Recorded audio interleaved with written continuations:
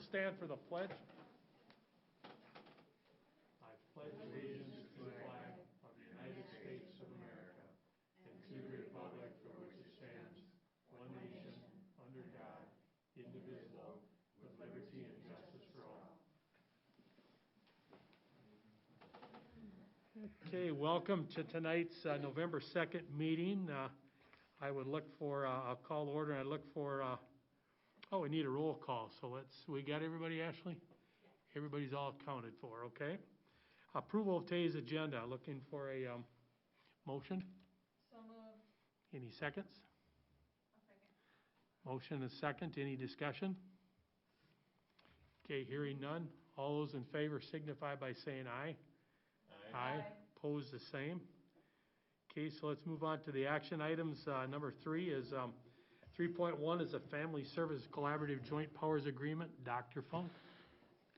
Jill, you could probably talk about this more than I could, but there were some modifications to the Family Services Collaborative JPA last week, and this is procedural that the district really reapprove it. We approved it, I think, in September. Now we're asking you to reapprove it again.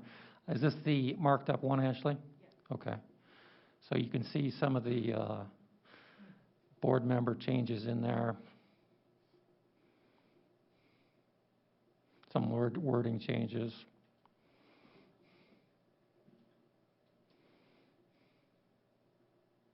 How many total is that on the board then? I didn't count. Is it a dozen or? Jill, do you know? Or? Well, they had to add some this year, so I want to say 14 roughly, but I'd Okay. have to count them. No, that's fine. That's why I was just kind of going through. I didn't know if there was. And I know one of the concerns from my understanding was, it doesn't affect us as a governing body, but a non-government organization wanted some verbiage in there where they just wouldn't have one employee arbitrarily deciding if they were going to be in or out. So it kind of, I know that's one issue that was addressed in these changes. Are you confident with all the changes and? Yes. Mm-hmm. Any other discussion? I'd move approval. For a second? Okay. Any other discussion? I guess I should ask one more time. Hearing none, all those in favor of approving the Family Services Collaborative Joint Powers Agreement signify by saying aye. Aye. Pose the same. Okay, passes. 3.2, MSHSL letter, Dr. Funk. So I sent the board some information regarding the State High School League bylaws and legal interpretation of what those bylaws look like. I also sent you an email that provided you some survey data from the Southeast Service Cooperative and also some letters from a couple of school conferences in southern Minnesota regarding the State High School League. You know, we sent the communication over a month ago now. We received the one email from Mr. Martins. Kim, I don't know if you ever heard back from him from your email. So as you could see from the results of the survey, we're not alone in our concern here in Albert Lea with the increase in the fees. And, you know, we have a couple different options. First thing I could tell you is, and Ashley, correct me if I'm wrong, but they told us in the communication to us in September, and when they initially said they were going to do this, that would be invoiced on October 15th. Have we received that invoice yet? Okay, so we still haven't even received a request for payment for October 15th from them, and it's supposed to be due on November 30th. So we could say we could just sit and wait to see if we get the invoice and then pay it by November 30th. We could choose not to pay, and then if they ask us for money, we could send a letter saying we don't think we need to pay, or we could just say, your bylaws are pretty clear that we have to pay our annual fee by October 1st. We've paid that fee, and there's nothing in your bylaws that say you can suddenly provide additional charges to us after the fact. So that's kind of the options that we have as a district. Neil? Yeah, well, in reviewing that document that you sent, there's mention of dues, but nowhere in their literature or in their language do I find anything that refers to a fee. So they have conveniently invented that. And I don't see any basis they have for charging it and mandating that we concur and provide payment. The one thing that, well, a couple of things concern me. I'm sure they probably do have some dire needs. And secondly, I'm pretty convinced that next year our dues will be raised considerably. And, they may be raised to the extent that people don't pay them this year. So that's just a thought. Ken? I really don't see any need to make a decision at this point. We got plenty of time. I think the answers have been inadequate, and so my opinion is we just stay where we're at. Yeah, I would agree with that too. The ball should be in their court right now. We've sent them a letter indicating our intentions.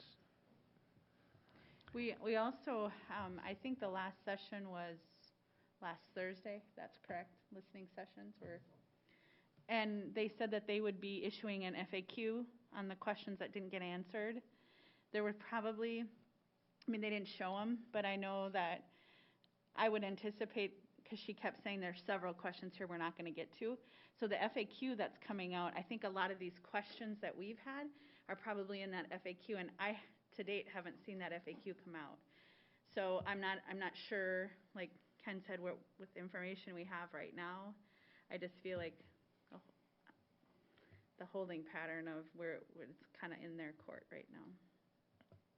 I don't know, are you thinking that we need to make a decision, or?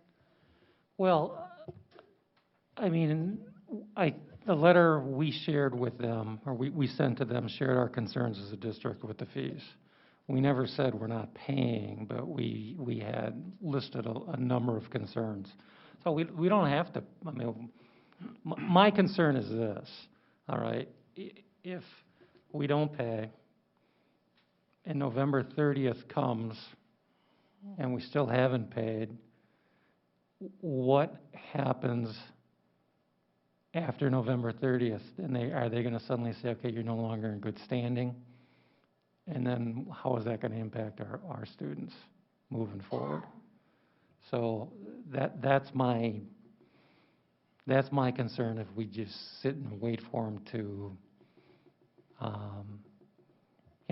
if we wait. It's unfortunate, the monopoly that they've been allowed to develop is basically making us choose between the parents and the students. We want the kids to participate. It's good for the kids to participate, not just in sports, but all activities.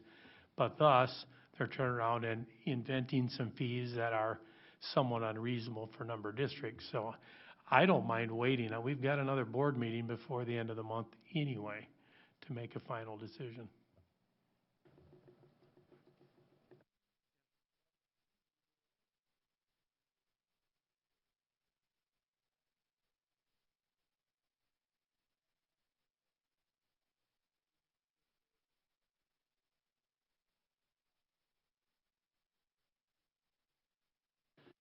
And talking about community dollars, I'm concerned that the district may have already incurred legal expenses that would have been at least the amount of the fees that have been assessed. So I don't know that that's an effective use of taxpayer dollars in this case, and that is a concern of mine, as is the legal counsel employed by the district. The legal fees are nowhere near the cost that we would be incurring. I would like to have that information, because actually when I've requested it in the past, I wasn't given it, so that would be a good information for me to get. You were provided that information in the past.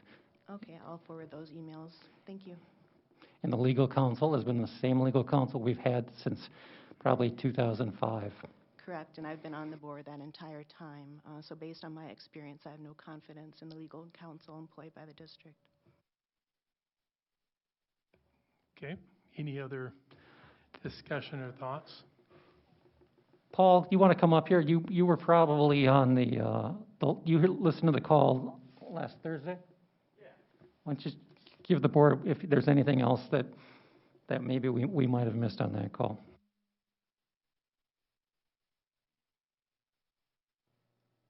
And you should have all received an email of my notes too, so if you didn't, let me know, yeah. So do you have any specifics you're looking for from the call, or? Did they say they were going to give, when they're going to come out with the FAQs or anything like that? To my recollection, I don't think they gave any firm deadlines or time frame for that. I did hear the same sentiments that Kim brought forward, that they intend to provide that information, and they had a number of questions they were going to try and address on that document. One other piece that they did bring forward was if schools choose not to pay the fees, that they would then not be members of the high school league. So that line was drawn in the sand, if you will. So And did they say anything about when they're going to send the invoices out? I did not hear that. I don't think that was brought up. Okay. So what effect does that have if you're not part of the Minnesota High School League? I think we wouldn't be able to take part in any high school league activities. So any of our 23 activities that we schedule for our student athletes, should we not be deemed members, we wouldn't be able to participate in those events or activities. So we could certainly host them in-house and practice, and it would just be very challenging to schedule games and events. And Does that include conference tours, that just like sections, et cetera? I think it would be any high school league game. I think other schools would not schedule a non-sanctioned event. Certainly we could look at other creative options, maybe out of season or club activity, but it would look drastically different, if you will. And I Mm-hmm. know, Do you know anything on winter sports yet? Is there inkling that they could all be canceled yet, or is that still up in the air? Well, I'd say there's certainly a lot of unknown about the winter and spring seasons at this point. There has not been any discussion that those won't take place.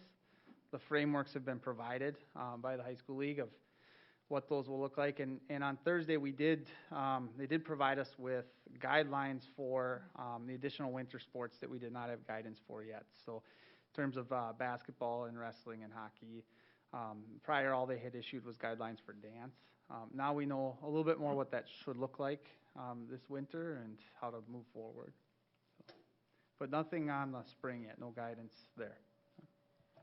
Paul, I've been asked the question why there was no section championship or state championship in soccer. I can't, I think there's been a heavy emphasis by the high school league on not traveling and minimizing travel. But we've seen a lot of examples during the regular season of non-conference competition where there's an extensive amount of traveling. For example, we've seen some football games rescheduled in recent weeks where schools were driving 4 hours to get their competition in. And over the weekend, I think there were some games where both schools were traveling from out of state and from, about 100 miles in state to get to a neutral site to play. And so there's examples where that's not being followed and in the regular season, but travel was the number one reason that they stated to not recommend state tournaments, from my understanding. and how are standings affected when certain schools need to cancel a certain amount of games, so different schools play different amounts of games? And that's very sport specific, and so it changes within the conference. If you're talking conference standings, sport to sport, and typically the conference ADs will meet and discuss any of those types of standing conference championship conversations if it's a unique scenario in this year, like we may have. So. Thank you. And then I know one of the main arguments is that the fee structure isn't equitable for small school districts compared to large school districts, and large school districts pay much less per student, where the smaller ones pay much more. Where do we fall in that? Do we kind of come out in the wash in the middle, or are we? We're about in the middle, yeah, Okay. I'd say. Yep. Thank you. That has been brought forward and also acknowledged by the high school league that discrepancy, it's not necessarily uniform or based proportionally towards the size of your school districts. But there has not been other solutions brought forward to my knowledge at this time. So that's out there, and I think we've seen other districts bring forward those concerns in recent weeks as well. Have you been able to talk with any of the districts that are having similar concerns to us personally, or is it more just the survey they filled out? I have not, no. I was gonna ask, in my session, they talked about, one of the slides was what they are doing. And one of the things they mentioned was having a weekly AD meeting, check-in. And so, were those happening before COVID that you can recall? Those weekly lead meetings, lead network meetings is what they call them, and those started after the COVID, Okay. after the pandemic hit. As we started to experience more frequent changes, I think there was frustration in the older communication model. And the league has committed to trying to inform ADs more frequently, and that's one of the platforms they are using for that. And did you find when you're in those meetings that there's an opportunity for conversation, or is it basically just disseminating information and you take it back? To be honest, I think most of it is providing us information in that setting. So they have a presentation they run through, and it's a short window of time. So respect to that it's understandable. They do ask that if we have questions, we put them in a chat in their Zoom meeting. However, you cannot see any of that conversation or where the questions go. And I'm not confident that all of them are answered. They used to provide a Q&A, as they've mentioned they will do for the board level meeting as well, but I have not seen a Q&A in recent weeks. No. That's where kind of I was going with that, because I don't feel that my time was, that time was spent very transparent. And it sounds like that's the case with yours too. And do you feel like, and so because you can't chat or have that give and take, what do you feel other ADs, how are other ADs kind of weighing in on this? Well, I think it kind of put me in a tough spot with some of this, but with the high school league, their model has been to create committees and have us collaborate within our region or conference and provide information or concerns to those committees, and then those committees meet with the high school league in deeper conversation.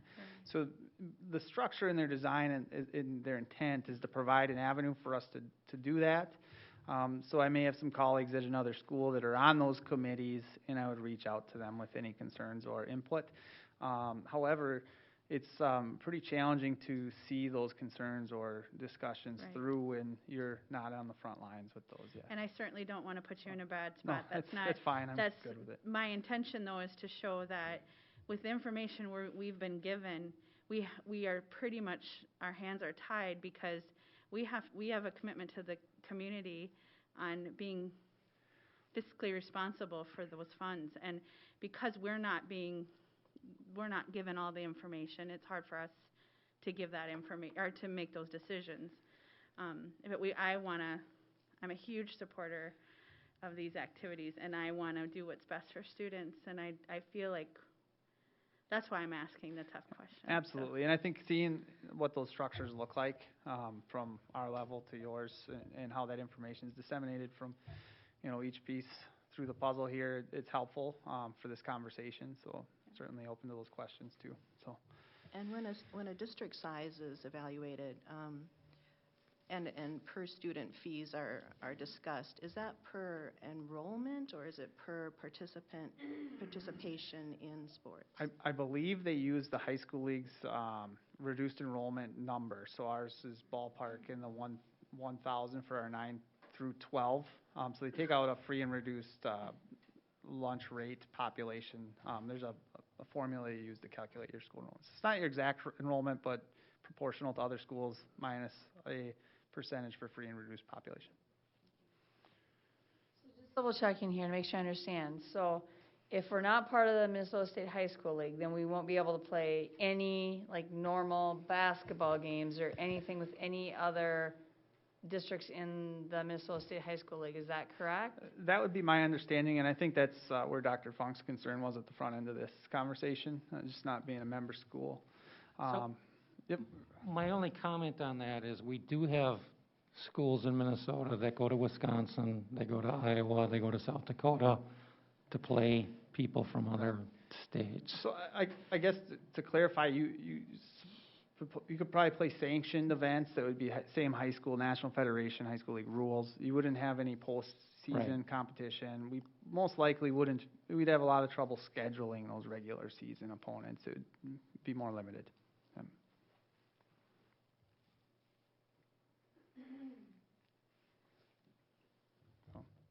Good, anything else?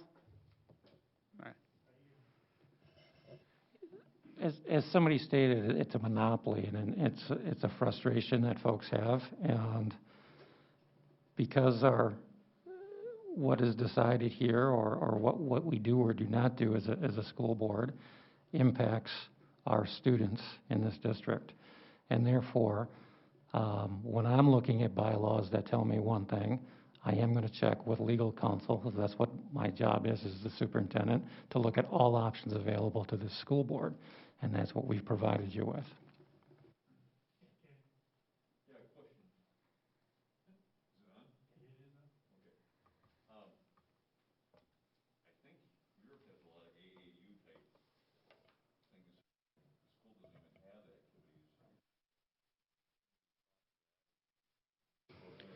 Yeah, I think that's a real concern that the high school league has. I mentioned the soccer thing here. A few weeks back, the State Soccer Association was talking about having their own independent state tournament. Minnesota Hockey has said, if the high school league isn't going to let us play hockey, we will have our own hockey season. Wrestling has their own real strong federation. Volleyball has a real strong group. So they almost went on their own. Right, and I think that was part of the drive to bring them back to have sports here in the fall is what occurred with volleyball. So the model may be changing, and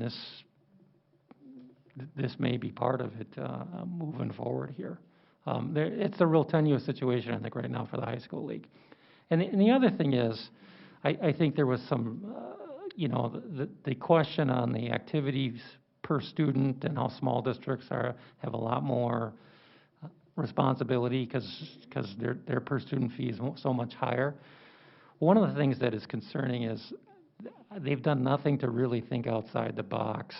The high school league has just said, well, we want you to pay these COVID fees, so just pay it. There's a lot of different permutations if they would have come out and met with folks. An example is, right now when we have kids go to state, we pay for their transportation up there, we pay for their hotels, their food, et cetera, as a district. It's just a cost of doing business if your kids are going to be going to a state tournament. One of the things the high school league could do is say, guess what, school districts, if your team goes to a state tournament, we are going to now impose a fee on you to help pay for the state tournament. That way, schools that go to the state tournament a lot, they pay the fees. If your school district never goes to the state tournament, you don't pay a fee. But that's just one example of a different approach to the. And then the other thing is, and we talked about this a few weeks ago, is why do we have to have these high dollar Xcel Energy Center when we could do it maybe some other venues or colleges throughout the state? So those are some things that it's unfortunate that they don't want to sit down and have that dialogue and have a task force to problem solve. Their task force was, well, let's just have them pay COVID dollars and then we'll move forward. So that's my thoughts on it.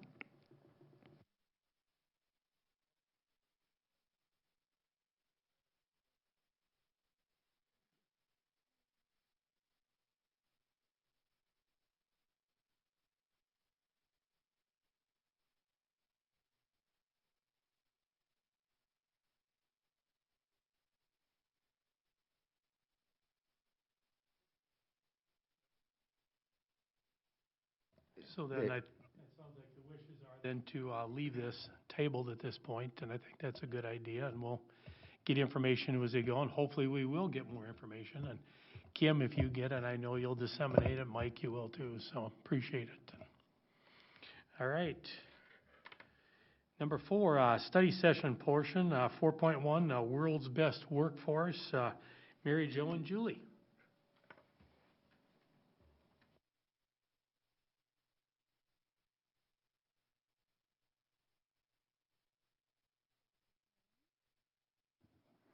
Hi, I'm Julie Eaton, and I'm here to present regarding Albert Lee Area Schools World's Best Workforce Annual Report.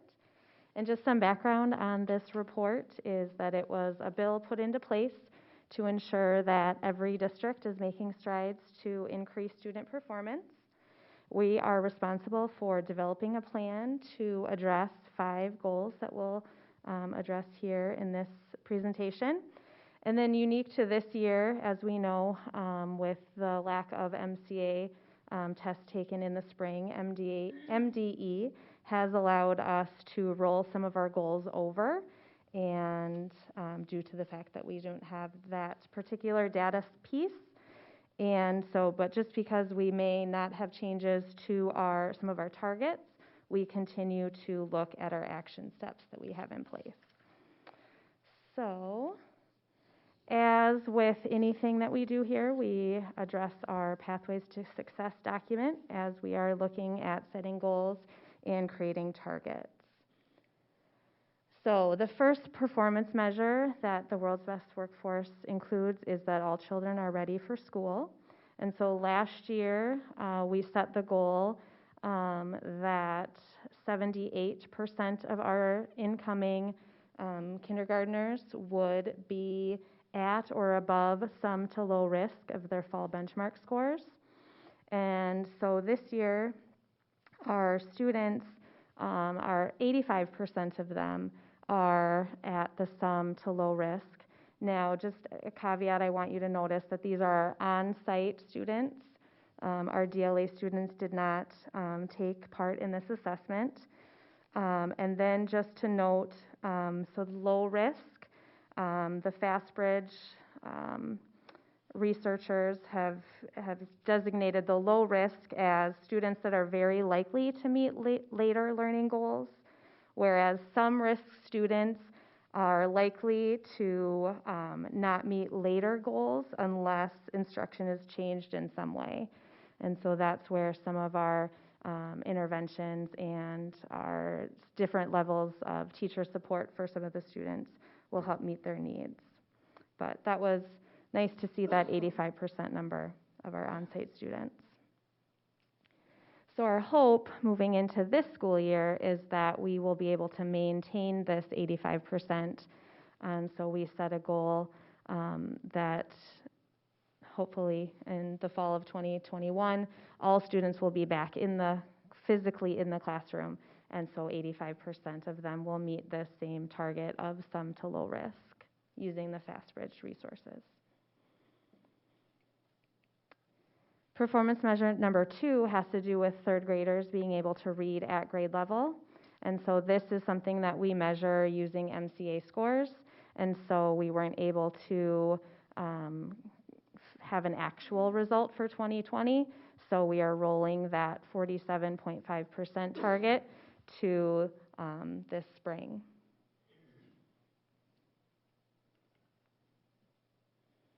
Performance measure number 3 has to do with closing the achievement gaps among all student groups. And so again, measured using the MCA data. And so this has columns regarding math as well as reading. And we want the number in blue to go down, to decrease. And so our target, though, for 2021 is remaining the same as what we had set for the spring of 2020. So explain that. So you got 22.8 is the target. So the actual last year was 27.8, so you want to decrease the gap by 5 percentage points. Correct. Yes. So there are some positives from the 18 data to the 19 data. In our Asian population, it went down a hair there. In the math area, and then for reading, we see the Hispanic and Latino population. There was a decrease in the gap, as well as Asian, and all of them saw a decrease in our reading, in our area of reading. So we want to continue, yes, to decrease that, each of those numbers by 5%. And they're compared to the white students? Correct. Yep. Okay, Mary Jo.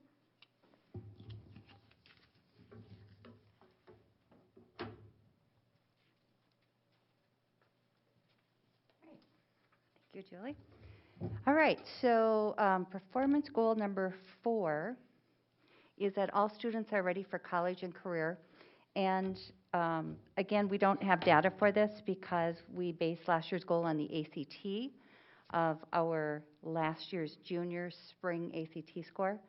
But due to the pandemic last spring, all testing was canceled through ACT, MCAs, et cetera. So MDE's direction is you can keep your same goal. So we didn't adjust this. The goal this year will be, again, a SMART goal is about a 5% increase. And this year's seniors, so last year's juniors who didn't take the ACT, took the ACT on October 6th, that senior testing day that we talked about at, I think, the last board meeting. And as soon as we get results, we will share them with you on those scores. And then the last performance goal, part of World's Best Workforce, is that all students graduate from high school. And the typical grad target we have used has been 85%. But I know at the last board meeting, that was the discussion. I'm not sure, this is a time for your feedback, if you want to continue that conversation to change it before we submit this. Or at this point, if you'd like to keep it at the 85%. We hit 80% 2 years ago as a district. So we're I think 70, where are we at right now, Mary Jo? 70? I'm going to go to the next slide. Okay. There it is.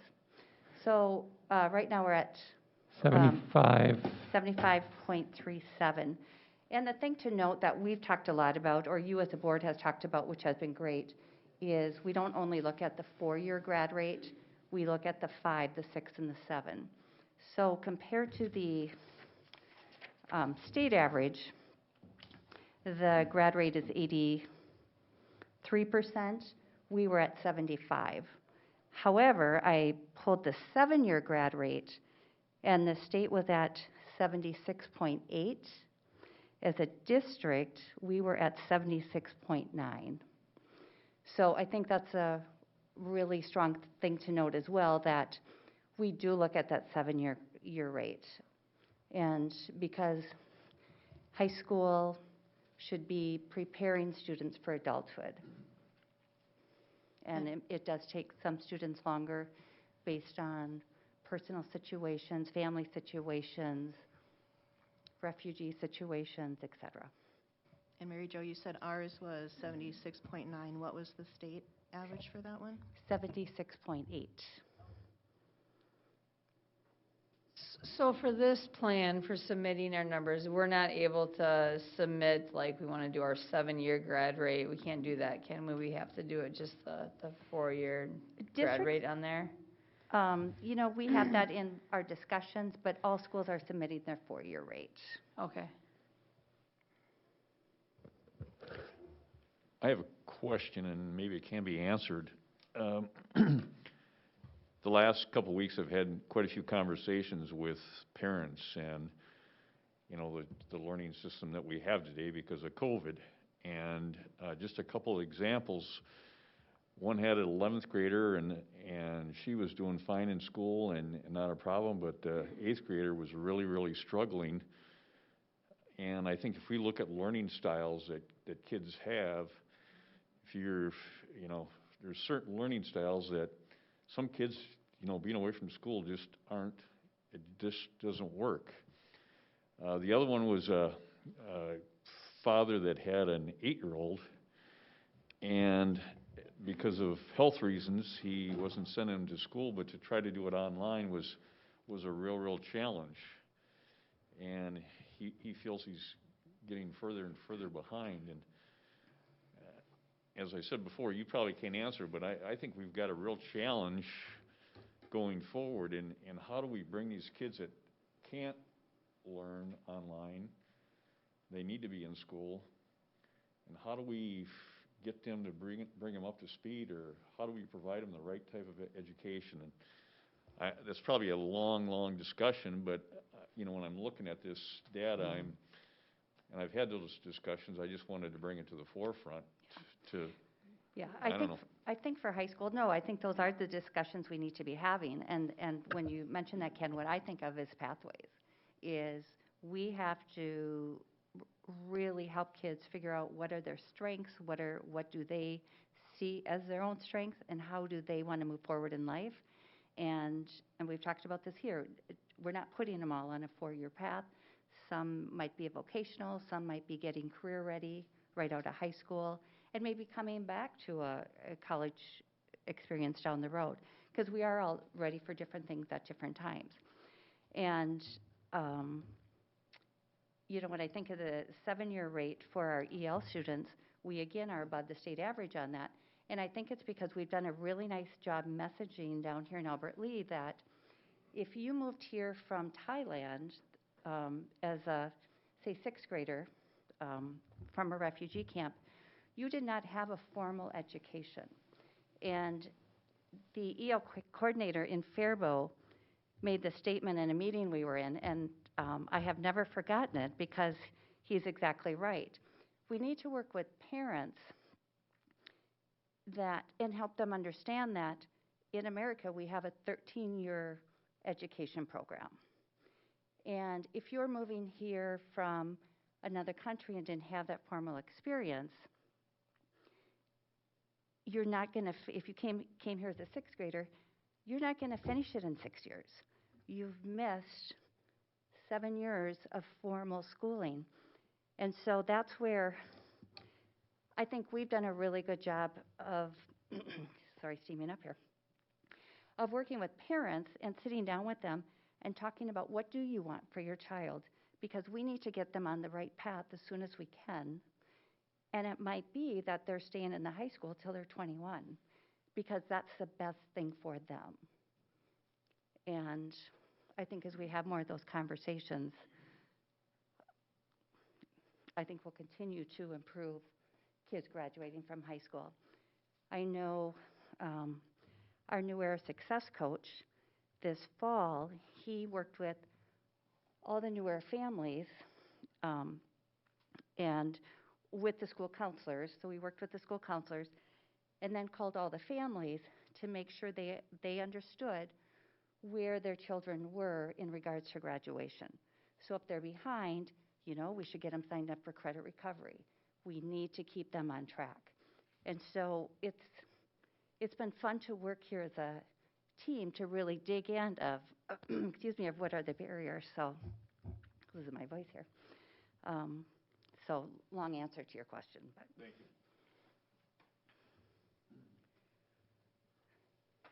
Any other thoughts on the grad rate? I guess we're proposing to leave it at 85% right now, but again, that's really your decision.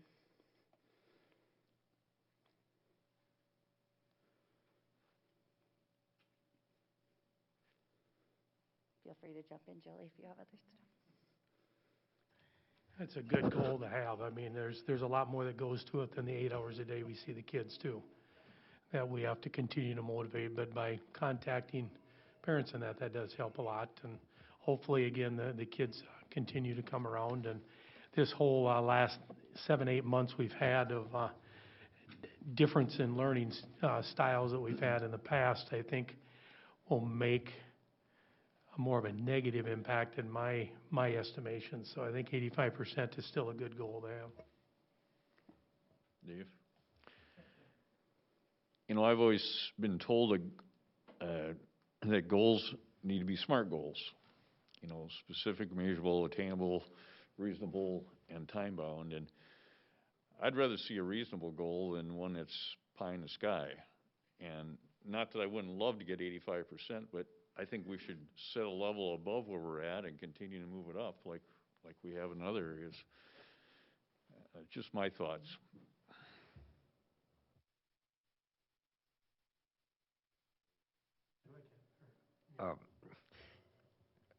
Well, I'm a big fan of SMART goals too, but at the same time, I know in the wrestling program we always establish goals, and we didn't always reach those goals. You know, conference champion, section champion, state champ, place in the state tournament, and that doesn't always happen. And we're probably not always going to have, or maybe never will have, 85% graduation rate. But I think it still serves us well to have those aspirations out there, and not lower the goals, our goals, so that they become consistent with our practice. Because then 5 years from now, you know, we're going to have to lower them again probably. So I like 85.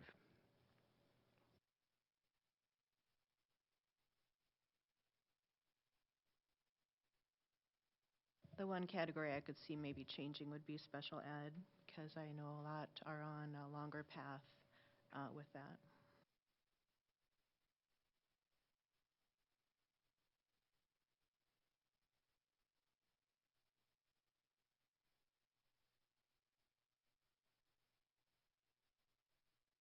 Any other thoughts? It's not an action item, but it's good to get the information. And I suppose, when will you have any final information on, I suppose not till 2021 again then, right? Yeah, the ACT scores will come out soon. The graduation rate for 2020 will come out, it usually comes out in about March, so that will be a while. You know, I think we're okay. Personal opinion is just, it's okay to keep the 85% as an overall goal. Are we going to achieve it? We're sure trying. But again, I think we continue to look at that 7-year rate of the less kids we have dropping out. And yes, it may take 7 years, but that's okay. They're kids. We're getting them prepared for their next stages in life. I do know, looking at other schools, some schools do have their overall rate at 85% for all students. And then for their subgroups, Asian, Hispanic, Latino, et cetera, down the list, they might say 80% for a goal. But for today, we just have 85, but again, it can be changed. I understand that reasoning, but to me, there's this there's a subliminal message that we're expecting less from other groups, and I guess I'm more comfortable in having the straight 85 across the board.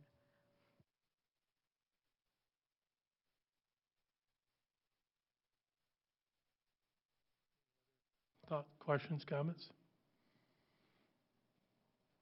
Okay, now being an action item, well, thank you for the report.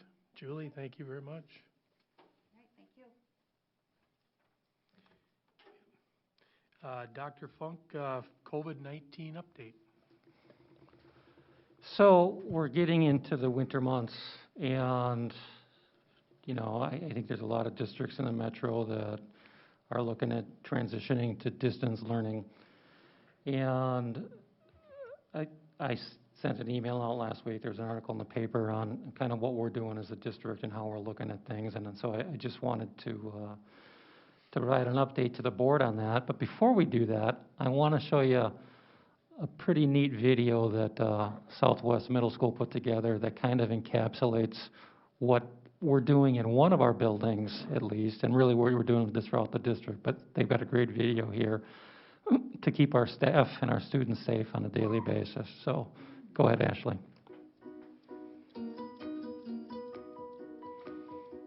Welcome to this week's Southwest Spotlight, a video update from Southwest Middle School. I'm Principal Chris Dibble, and this week we're going to take a look at some of the safety measures that have been added to the school to help limit the spread of the COVID-19 virus. It is the intention of all staff at Southwest Middle School to keep all people as safe as possible in the often close-knit community that we call learning. All visitors to Southwest are asked to remain outside if they are experiencing any symptoms that could possibly be a sign of COVID-19. Signs at the main entrances notify all people of those common symptoms. Once inside, all students and staff walk through a thermal scanner to check for potential fevers prior to entering the classrooms and hallways. At lunch, students are separated into smaller groups, are spaced apart, and plexiglass partitions are in place while masks are removed to eat.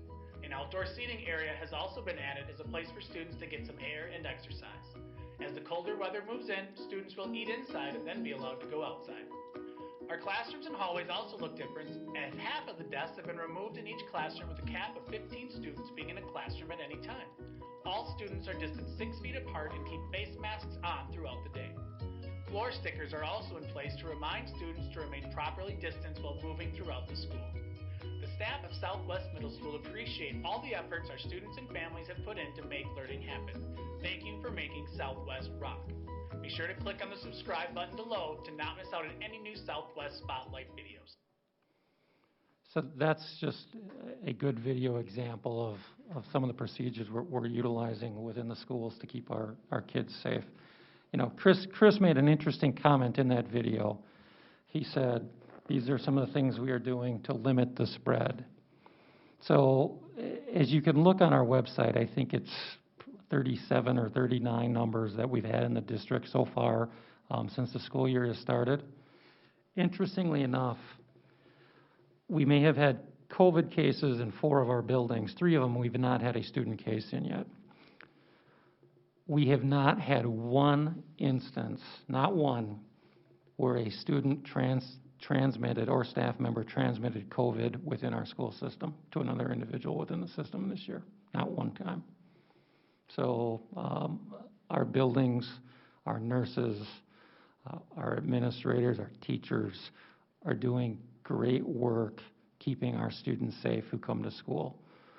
We have had students who have caught it in the wider community, you know, but we've had at the secondary level, our social distancing has been in place, and we've quarantined kids who may potentially have been exposed. So we've had no spread whatsoever within the district. So that's a real positive success story.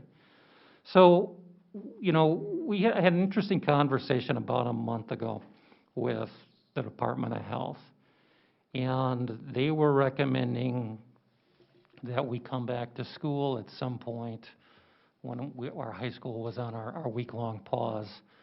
They were recommending that we bring our high school back to school when our county numbers were going to be somewhere over 30, which tells us we're supposed to be in a different learning model. And I wasn't comfortable with that. I said, why would you tell us to come back when they're over 30?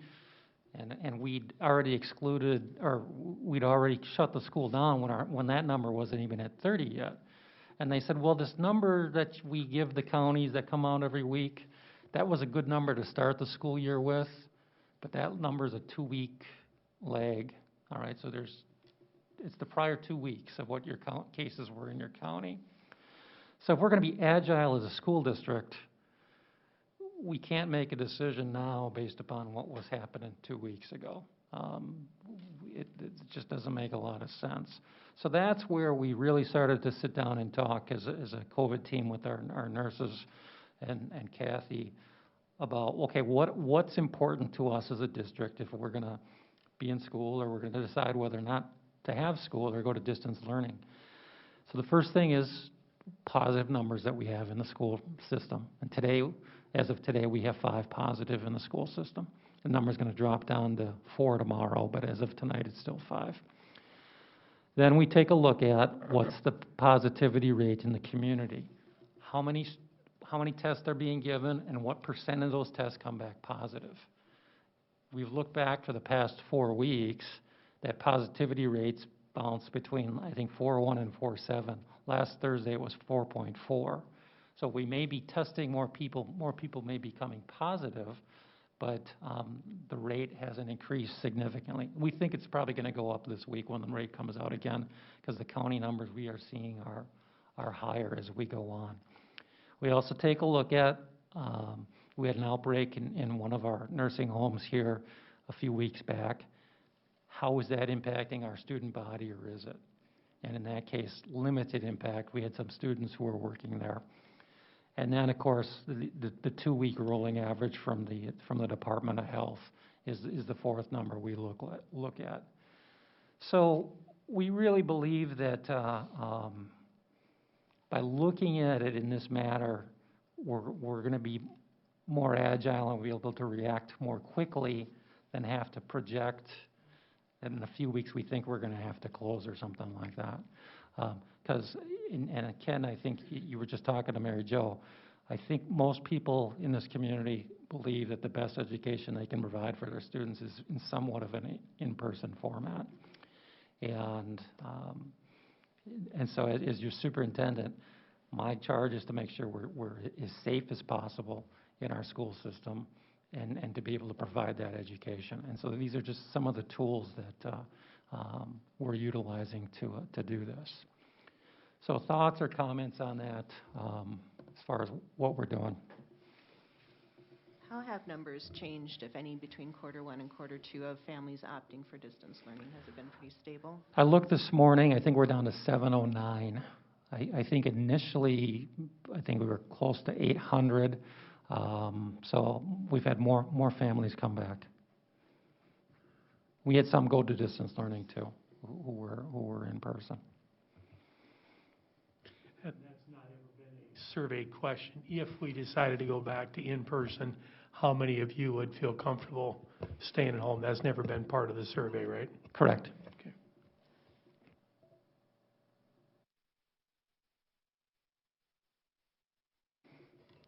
From day one, I've truly wanted to see the kids back as safe as we can do it, and I feel like we've done a good job.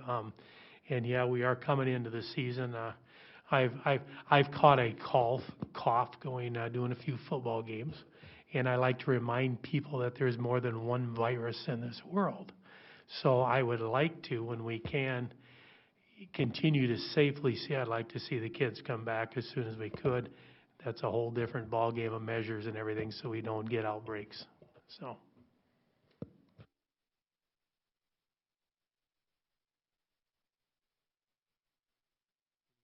Any other thoughts, comments? Yeah. When you say distance learning, you're referring to K-12. We may have that prospect coming up, not just 6 through 12. Currently, we have 708 students, whatever I said, in K-12 distance learning. So if we have two options really available if we have to switch learning models. One would be to move the secondary to pure virtual and keep the elementary in person. The other option is everybody K-12 would go. And again, as I stated in that article, that we don't have the capacity in our elementaries to provide daycare and instruction at the same time for hybrid. There's a lot of schools around us that are kind of having trouble with knowing what to do, it seems like they're 1 week they're there, 1 week they're changing, it seems like. Do you think that's because the fluctuation of the cases, like the 2-week lag, or do you think it's the preparation, or what's your thoughts on that? I think it's preparation. I also think there's a considerable amount of pressure depending on what other people are doing.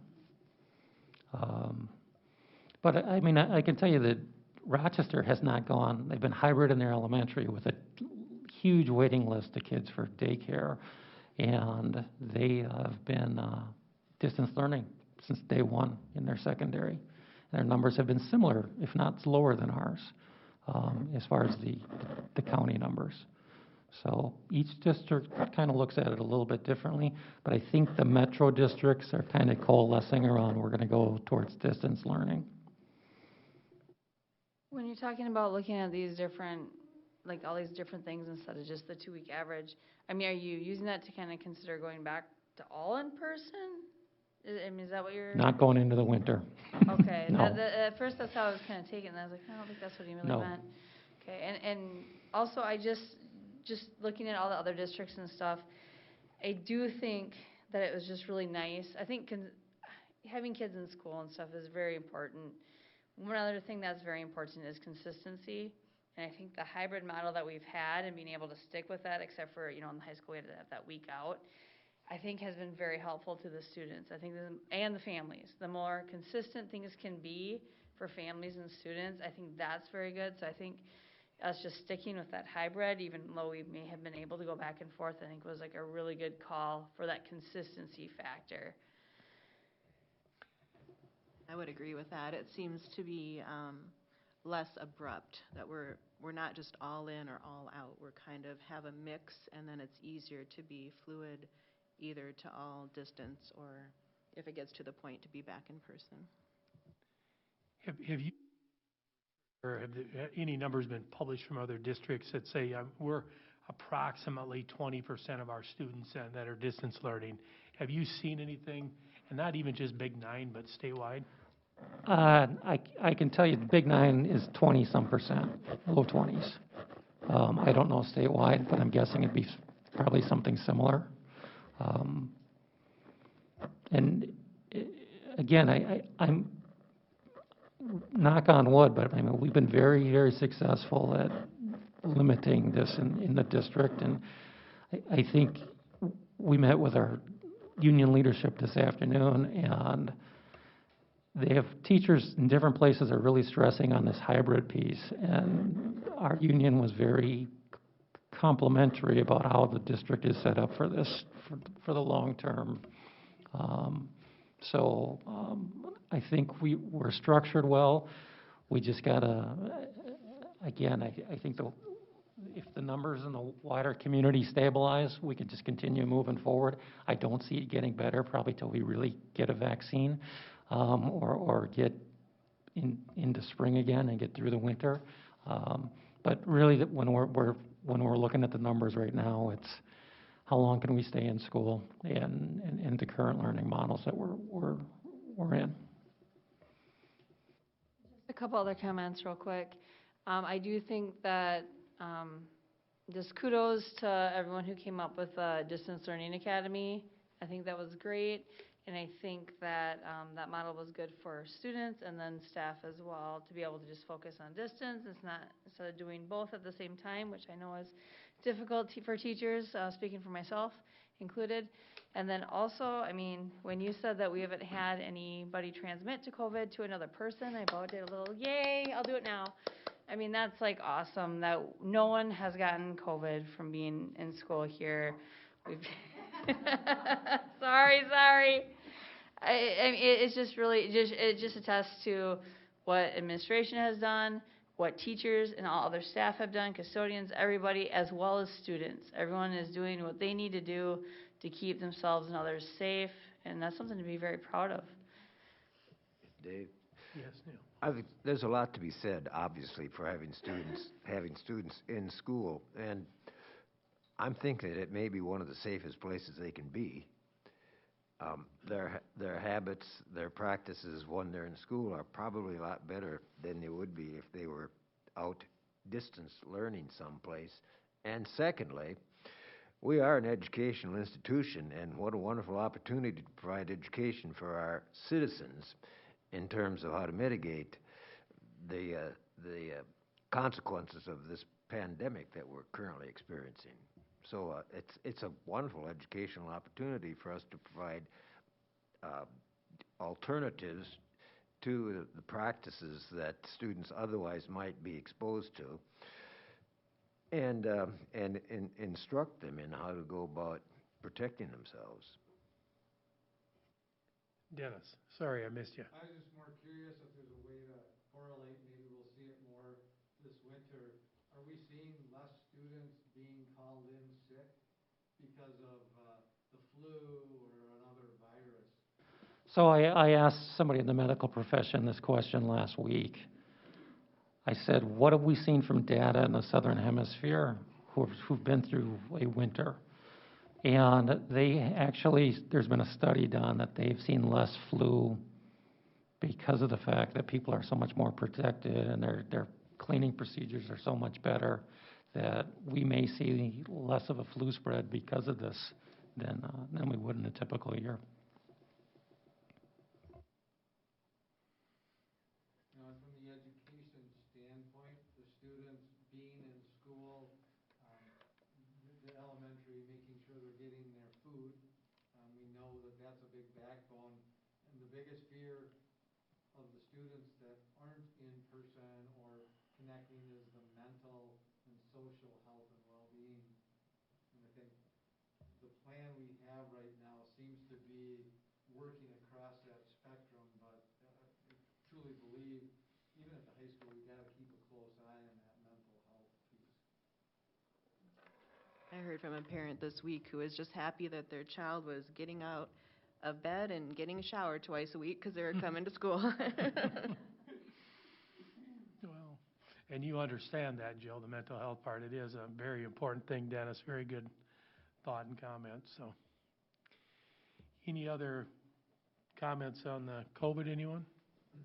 Kenny? I just have one thought, that I'd like to see 6th and 7th graders go full-time. I mean, I understand the hybrid for the older ones, but if, and at any time we can move to the 6th and 7th graders to the same program that the grade schoolers are on, it would be great. We've had that discussion. We're not there yet, but we've had those discussions.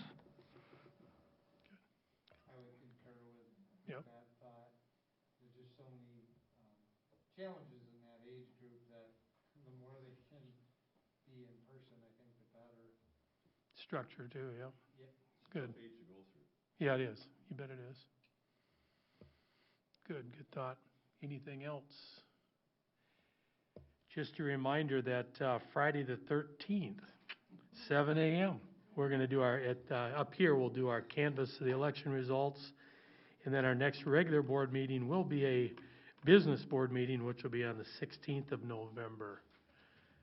Have a good night. Thanks for coming.